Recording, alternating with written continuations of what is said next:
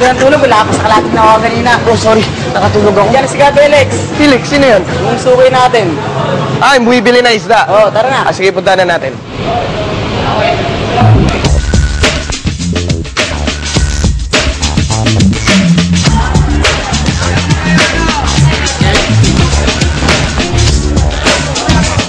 Ma'am Felix! Ay, dyan na pala kayo.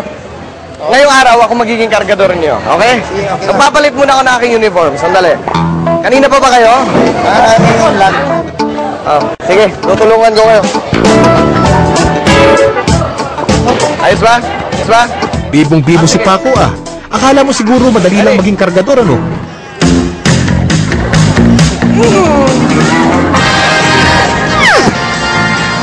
Bigat! Sandali lang, kaya ko to.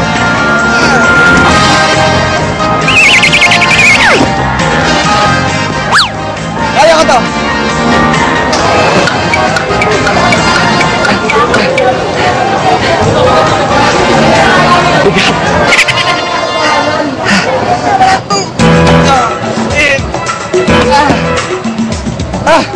Mamamatay ka mga sa Lord.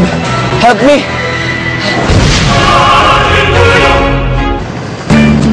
Ano ba rin kaya mo? Jesus! Is that you? Can you help me? Yes! Sandali lang. Seryoso ba yun? Jesus talaga ang pangalan mo? Ah, kaya naman pala. Sa tikas ni Mang Jesus, hindi halatang 53 anyos na siya. At siya ang isa sa pinakamatandang kargador dito sa Nabotas Fishport. Mula pagkabinata, ito naman ang nakagisnan niyang trabaho. 1,000 kilo ng isda ang nabubuhat niya sa loob ng maghapon. Ay, talagang mahirap talagang kargador. Ang pinakasakit lang mabuhat yung balakang mo, yung mga balikat mo, ganun. Talagang masakit. Kaya kung masanay ka na, baliwalan mo lang. Eh talaga sa amin, kargador, kahit mahirap naman ang trabaho namin, okay lang din sa amin. Okay? Kasi dito kami nangailangan ng pera. Masipag ka rito, ganun lang.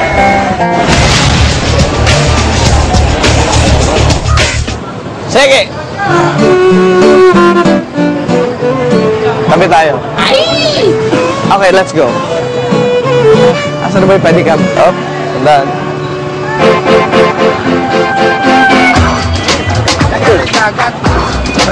Ay, Mang Jesus, maraming salamat at natulungan niyo akong ilipat itong mga isda dito sa Padjak. Tama.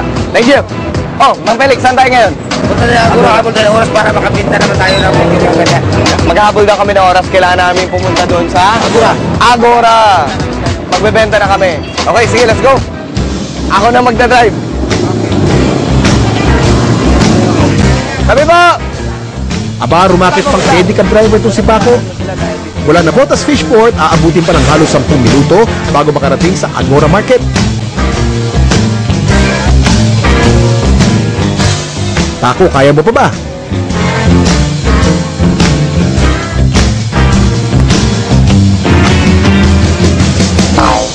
Oops, dahan-dahan, baka matapon ng isda.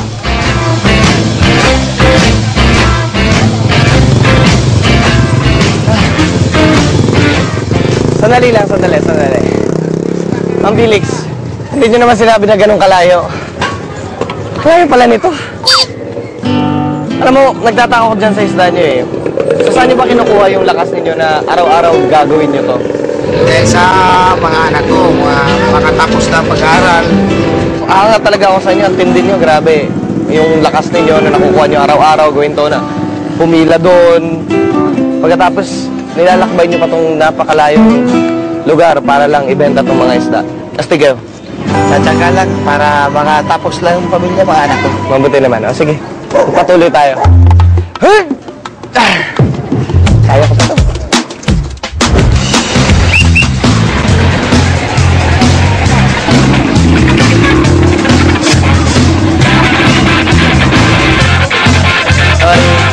Sa wakas, narating din ni Paco at Mang Felix ang Agora Market.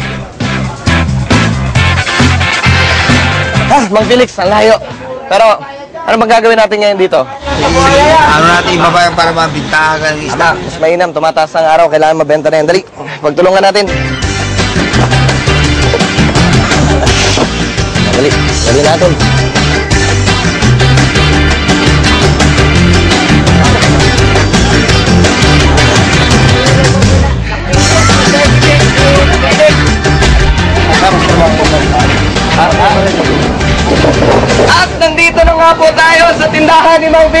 Mag-umpisa po kayong lahat dyan.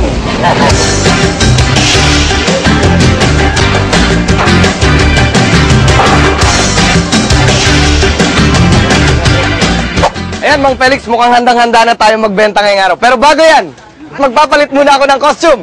Woo! Ayun, oh! Saan-saan lang nagagaling ang costume ko, no?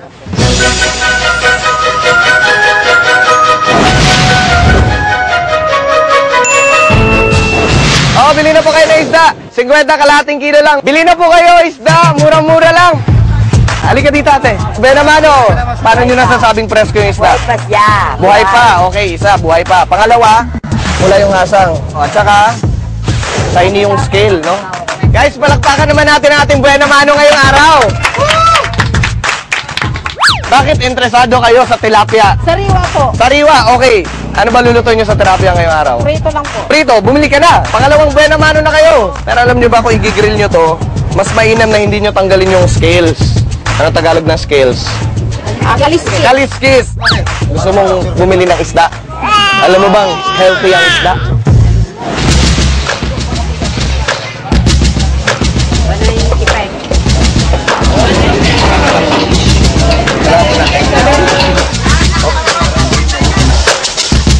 Madali lang naman pala. Kanina nagsimula sa yelo ang aking buong karanasan at ngayon magtatapos din ito sa yelo.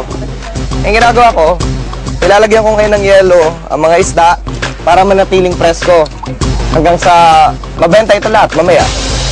Isa sa mga na-realize ko sa buong karanasang ito, sa lahat ng mga nakasalumuha ko, hindi madali ang kanilang ginagawa.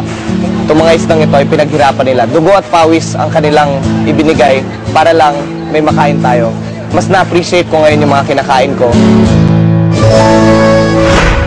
Ang masasabi ko lang, iba ang lakas ng Pinoy.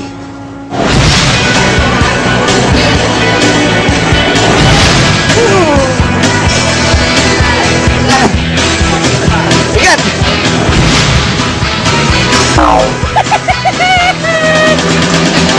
Ako, si Paco Evangelista.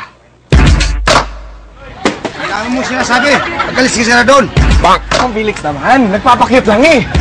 Halika na, kaliskisan na natin to.